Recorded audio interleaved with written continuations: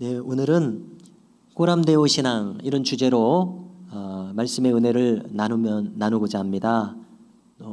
비교적 짧게 나누고 이후의 시간은 우리가 신년 신앙생활하는데 정책당회를 통해서 조금 변화를 꾀한 대목이 있어서 그 부분을 알려드려서 미리 알고서 내년에 변화를 맞이하는 것이 필요하다고 생각해서 이런 시간을 가지게 되었습니다.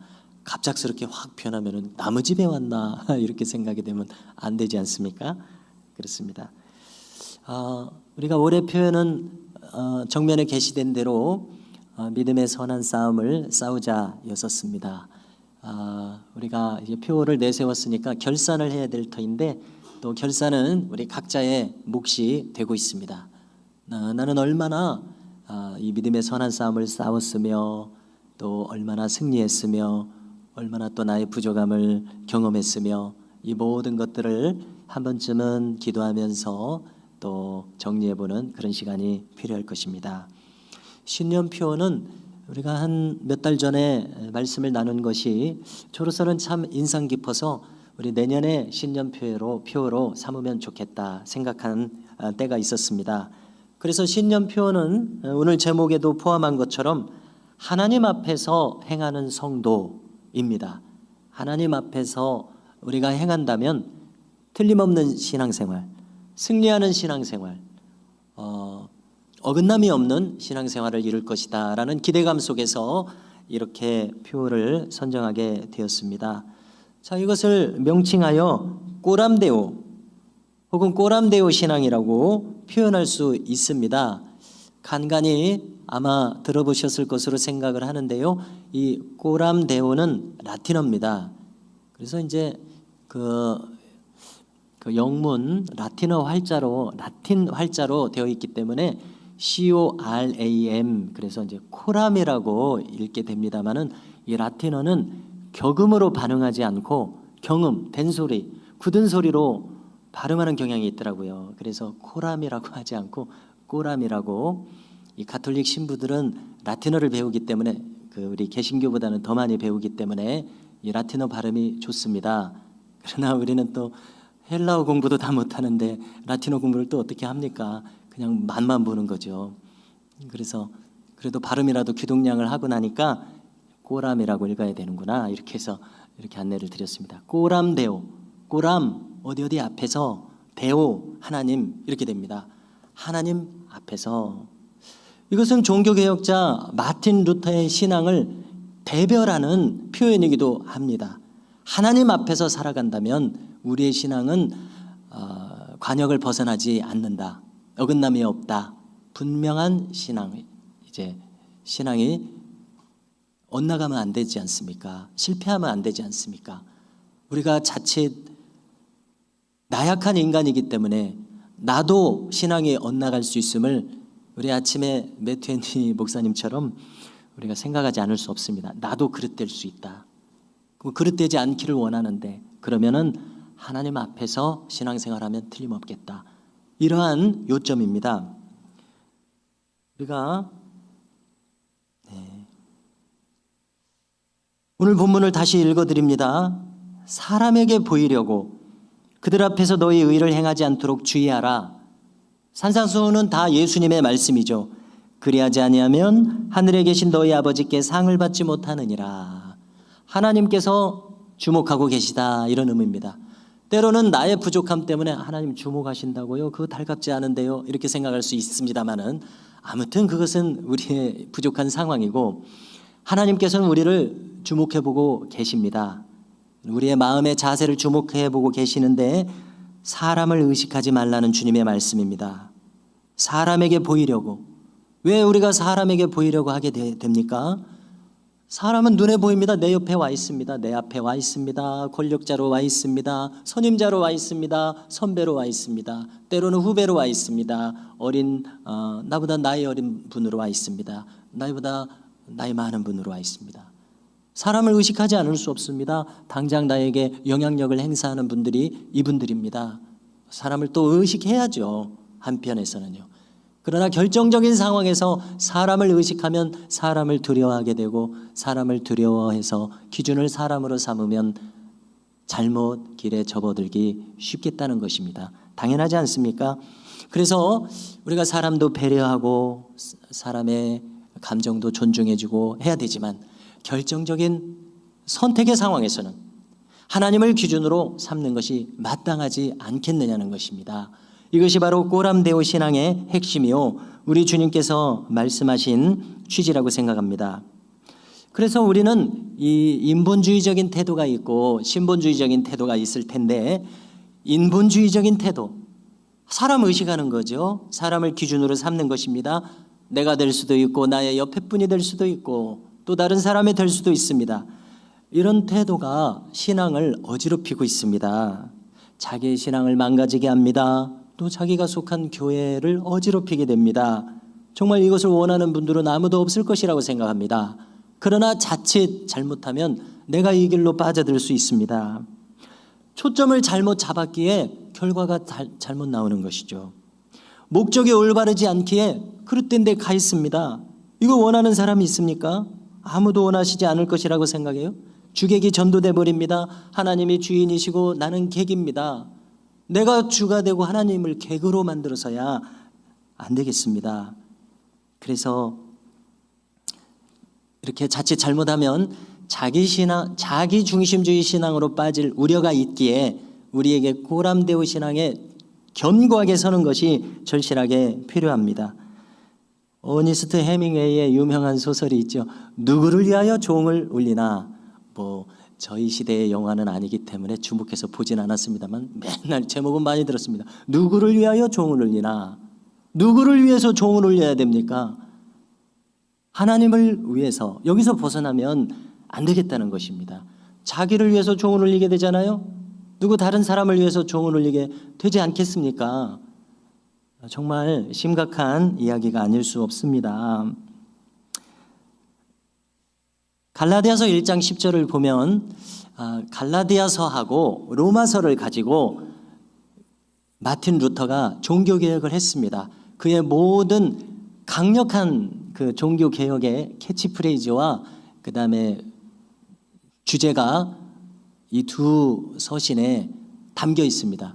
그도 그럴 것이 갈라디아서를 읽어보시면은요, 이렇게 단호한 인물이 없습니다. 이렇게 힘주어 목소리를 바라는 아주 격앙되어 있는 것처럼 느낍니다. 쉽게 말해서 너희들 절대 그렇게 신앙생활해서는 안 된다. 이 말이 막 음성으로 들리는 것 같아요. 누가 너희를 꾀더냐? 다른 복음으로 빠졌다. 이렇게 바울은 그렇게까지 얘기합니다. 그래서 갈라디아서 1장 10절을 보니까 내가 이제 사람을 좋게 하랴 하나님을 좋게 하랴 이렇게 말합니다. 그리고 이어서 말하기를 내가 지금까지 신앙생활하는데 사람의 기쁨을 구하는 것이었다면 그리스도의 종이 아니니라. 할렐루야. 우리도 이 마음을 그대로 닮아야 되겠습니다. 사람을 기준으로 삼고 내 신앙을 흐려서는 안 되겠습니다. 그래서 바울이 자신을 얘기하잖아요. 그럼 내가 그리스도 종 아니다. 나 올바른 사람 아니다. 스스로에 대해서 이렇게 진단하고 있습니다. 우리도 이 생각을 따라가야 되겠습니다. 저도 그렇고 목회자로서 그다음에 우리 교우들께서도 그리스도의 종으로 우리가 결론이 나야 되지 않습니까? 자기를 위해서 종을 울려서는 안 되겠고 또 누구를 위해서 종을 울려서는 안 되겠고 하나님을 위해서 종을 울려야지만 바른 신앙생활이 되겠습니다. 당연히 우리가 신앙인이니까 타인의 기분도 고려를 해야 될 것입니다. 그러나 결정적으로 하나님의 뜻과 사람의 뜻이 충돌한다면 우리는 단호히 하나님 편에 서야 되겠고 이것이 절대적으로 중요하고 이것이 결론적으로 안전한 길입니다. 승리하는 길입니다. 그렇게 믿어지시지 않습니까? 그래서 우리는 네 가지 점을 이 표를 가지고서 간단하게 생각해 보겠습니다. 첫째로 하나님 앞에서 신앙생활을 하고자 한다면 우리는 이 골방 기도의 경건을 추구해야 하겠다는 것입니다. 당연합니다. 기도 생활이 멈췄다면 신앙생활도 멈춰 있습니다. 기도 생활이 우리가 시종여일하기가 어렵습니다. 우리가 그처럼 의지가 약하고 그처럼 습관화가 되어 있지 않습니다. 기도 생활은 여러 가지가 있죠. 양적인 기도 생활이 있고 질적인 기도 생활이 있습니다. 어느 때는 이런 생각마저 듭니다. 기도 자리에 있지 않아도 예배가 기도요, 삶이 기도다. 이 얘기도 틀리진 않을 것입니다. 그냥 이렇게 말씀을 듣는 것이 곧 기도요, 그 다음에 내가 바른 태도를 가지고 살아가는 것이 곧 기도요. 틀리진 않을 것입니다. 그러나 우리 인간은 그렇게 견고하고 기계처럼 정확하지는 않아서 그렇게 또 질적인 기도 생활을 추구하다 보면 1분을 기도하더라도요, 질적인 기도 생활을 추구하다 보면은 또 그 기도 생활이 약화되기도 합니다. 그래서 가장 좋은 것은 나를 틀 안에 넣는 것입니다. 예를 들어서 쉬운 예로 저는 목회자로서 새벽 기도라는 틀 안에 탁 들어가 있지 않습니까? 그래서 제가 경건하든지 말든지 간에 이 틀 안에서 하고 있어서 이 자체가 특권이요 은혜라는 이런 생각을 하고 있습니다. 모두에게 해당되는 것은 아니겠습니다만은 개인 경건 시간이 되었든 이렇게 교회의 공적 경건 시간이 되었든 기도하는 자로서 내가 자리매김하는 것이 아주 중요하겠습니다. 저는 특별히 새벽 기도 시간에 말씀 10분 전하고 그 다음에 함께 기도하시고자 할 때 그 다음에 이제 개인 기도 시간을 30분이고 1시간 가져갈 때 그 시간을 은근히 기대하게 됩니다. 왜냐하면 저의 전 존재로서 어찌하든지 하나님 앞에 서는 것이요, 때로 좋을 수도 있습니다만은 그 시간에 무엇인가 하나님의 지침이 주어지는 것 같아요. 어제 그제 이루어진 일들에 대한 정리가 되는 것 같아요. 어떻게 하면은 교회를 위해서, 교우들을 위해서 유익한 선택이 될까, 그러한 안내를 받는 것 같아요. 그래서 기도는 이렇게 해주십시오, 저렇게 해주십시오도 기도지만은 하나님의 음성이 막 들리는 것 같아서 네가 이렇게 했으면 좋겠다, 저렇게 했으면 좋겠다, 이 마음을 가졌으면 좋겠다, 이런 태도를 가졌으면 좋겠다, 이런 지침이 내려와져야 그래야 신앙인이 아닌가, 이렇게 생각이 됩니다. 그래서 참 강조하고 싶은 것은 기도는 아뢰는 거 일용할 양식 구하라고 하셨으니까 구해야 됩니다. 그러나 더욱 필요하고 중요한 것은 하나님의 음성이 들려지는 시간, 하나님이 나에 대해서 바라는 바가 나에게 오는 시간, 이렇게 해서 듣는 시간이요, 그래서 내가 교정되는 시간, 나의 존재가 달라지는 시간, 오전에도 환경에 의해서 나는 영향받기 쉽습니다마는 내가 존재 자체가 감사하는 사람이 되고, 달리 표현하면 하나님과 연결되어 있는 사람이 된다면은 우리가 이 신앙생활에 있어서 하나님이 뜻하시는 바대로 나아갈 수 있을 것이라고 생각합니다. 두 번째로는 오늘 읽은 말씀에도 나타나 있듯이 익명적인 헌신입니다. 우리가 함께 더불어서 신앙생활을 하고 있기에 목사님을 의식할 수 있습니다. 장로님 의식할 수 있습니다. 권사님 의식할 수 있습니다. 또 남편은 아내를, 아내는 남편을, 부모님은 자식들을, 자식들은 부모님을 의식하면서 이 신경 쓰면서 거기 계시니까 이렇게 신앙생활을 할 수 있습니다마는 누구 좋게 생각하라고, 누가 나를 좋게 보도록, 내가 좋은 사람으로 나타나도록, 이런 모든 부수적인 목적이 아니라 하나님께서 이 일을 기뻐하시기에, 하나님께서 원하신다고 생각하기에 내가 이 일을 한다, 이것이 중요하다고 생각합니다. 이름하여 익명적 헌신입니다. 이름 없이 빛도 없이라는 찬송가 가사도 있죠. 이름 없이 빛도 없이. 그래서 제가 기억이 납니다. 저희 어머니께서 항상 이렇게 많은 가정 예배를 드리진 않았습니다만은 저희들 이 삼남일녀를 앞에 앉혀놓고 기도를 이제 하시는데 한 5분은 하시는 것 같아요. 그러면은 맨날 기도하십니다. 아유, 이게 아이들 이름을 대면서, 아유, 이 아이가 이름 내고 빛내게 해주시옵소서, 막 이렇게 기도하세요. 그런데 저는 이제 중고등부 때 성경 좀 읽었다고, 아니 엄마, 이름 없이 빛도 없이가 맞는 것 같은데 왜 이름 내고 빛 내고라고 하시냐고 이렇게 좀 충돌이 되더라고요. 어머니 마음을 자식이 어떻게 알겠습니까? 이름 내고 빛내게 좀 이 세상에서 빛나고 살았으면 좋겠다, 이 부모님들의 마음이지 않습니까? 성경 한 줄 읽었다고 제가 그렇게 했습니다. 그러나 주님은 오늘 분명히 말씀하고 계세요. 익명적 헌신이라고 하는 것은 무엇이냐? 초점을 사람에게 맞춰서야 그것이 올바른 동기가 되겠느냐. 항상 초점을 하나님께 맞출 때, 우리가 어제도 이 모양 저 모양으로 추수감사를 준비하게 되더라고요. 목회자는 목회자대로, 장로님들은 장로님대로, 권사님들은 권사님대로 뭐 이렇게 장식도 하고 뭐 현수막도 걸고, 여기 조명도 바꿨습니다. 3달 전에 조명이 죽었어요. 그 조명을 살려냈습니다.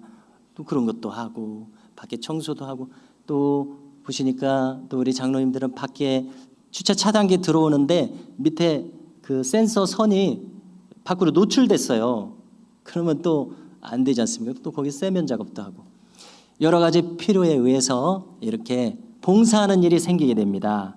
아, 이걸 누구 좋으라고, 목사님 좋으라고, 장로님 보고서 의식해서 이렇게 해서 될 일이 아닙니다.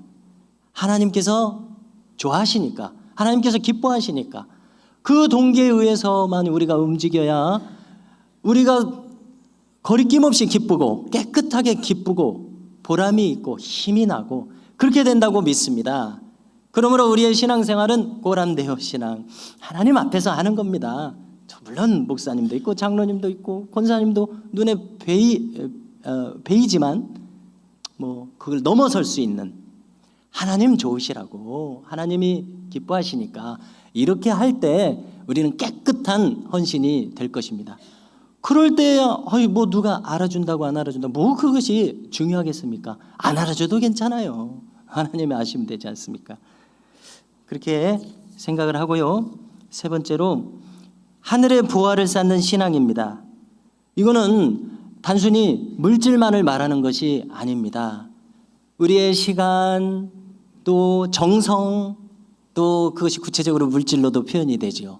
이 모든 것을 망라해서 나를 위해서 쓸 것까지 내라고는 하지 않으실 거예요. 나를 위해서 쓸 시간까지 나에게 가져오라고 이렇게까지는 하지 않으실 거예요. 하나님은 우리가 도달한 개성을 알고 계십니다. 나를 위한 시간도 보장해 주시고 물질도 보장해 주시고 삶의 자유시간도 보장해 주시는 가운데, 그러나 분명한 것은 하나님을 위하여 쌓는 보화가 반드시 있는, 많으면 많을수록 좋겠습니다만은 그것은 이제 자기의 그릇에 따라서, 자기의 소원에 따라서 이렇게 못 드려서 아쉬운 그런 심령이 있을 수 있잖아요. 그런 방향으로 나아가면 얼마나 좋겠습니까? 하나님께서 우리에게 물질 주셨습니다. 건강 주셨습니다. 그러면 될 수 있는 한 우리는 이것을 하나님 좋으시게, 또 그것이 사람에게 좋은 것도 될 수 있겠습니다만은 그런 방향으로 나아가야 되겠습니다. 모든 방면의 초점이 하늘에 나의 이 참 소중한 시간과 정성과 물질, 마음, 하늘에 쌓아지는 이러한 역사가 있었으면 좋겠습니다. 자, 우리는 바울의 이 참 중요한 한마디 말씀을 기억해야 되겠습니다. 마지막 하나님 앞에 우리가 섰을 때에 우리가 일생 동안 한 것에 대해서 이 공력, 우리가 이 열을 다해서 하지 않았습니까? 그 이 공력의 가치를 드러내게 하신다는 겁니다. 그것은 불로써 그것을 시험하게 되시는데, 금이나 은이나 보석과 같은 것은 살아남습니다. 나무나 풀이나 지푸라기 같은 것은 하나님이 그 정화시키는 불시험에 의해서 다 불살라져 버려요. 그러면 어떻게 해야 되겠습니까? 우리가 가지고 있는 동기가 금이나 은이나 보석과 같아야 되겠습니다. 영적으로요, 보이지 않는 세계에서요. 그렇지 않으면 우리가 이 시간을 썼습니다, 마음을 썼습니다, 이것이 순수하지 못해서 나무나 풀이나 지푸라기 같으면 그거 다 아무 소용없이 사라져 버리겠다는 것입니다. 하나님이 인정하지 않으시니까요. 그러니까 우리가 나 좋으라고도 신앙생활을 하지, 그렇게 무의미한 결과를 낳도록 신앙생활을 하고자 하는 사람이 어디 있겠습니까? 그러므로 우리는 우리의 모든 언행심사가 참 될 수 있도록 금이나 은이나 보석과 같은 결과로서 나타나기를 신경 써야 할 줄로 믿습니다. 마찬가지 맥락에서 먼저 그의 나라와 그의 의를 구하는 신앙, 이것이 바로 꼬람데오 신앙이 나타나는 길입니다. 주님은 무엇을 먹을까, 무엇을 입을까, 무엇을 마실까 염려하지 말라고 하셨습니다. 일상의 필요를 구하라고 하시면서도 염려하지 말라고 하신 이유는 하나님 나라에 대해서 마음을 쓰라는 것입니다. 대신 먼저 그의 나라와 그의 의를 구하는 삶의 기초가 분명히 되었을 때 이 나머지 모든 것을 너희에게 더하시리라 하신 이 말씀을 우리는 기억해야 되겠습니다. 저는 항상 생각합니다. 욥처럼 거부를 만드실 수도 있지만 아브라함처럼 이삭처럼 거부를 만드실 수도 있지만 거지 나사로와 같이 초라한 인생이 될 수도 있다는 것을 항상 생각합니다. 그러면 나는 거지 나사로와 같이 초라한 인생이 되었으니까 나의 인생은 실패했습니까? 그렇지 않습니다. 나사로에 대해서 주님이 말씀하시는 결론은 무엇입니까? 저가 아버지 아브라함의 품에 안겼다고 그랬잖아요. 천국에 가서 하나님의 품에 안겼다는 얘기입니다. 아브라함이 자기 조상이니까 최고로 높은 신앙인으로 그렇게 표현한다고 생각해요. 하나님 품 안에 안겼으면 그것으로 족하죠. 하나님이 인정하셨으니까요. 그거보다 큰 일이 어디 있습니까? 그러므로 먼저 그의 나라와 의를 구하는 이 신앙의 길이 될 수 있기를 바랍니다.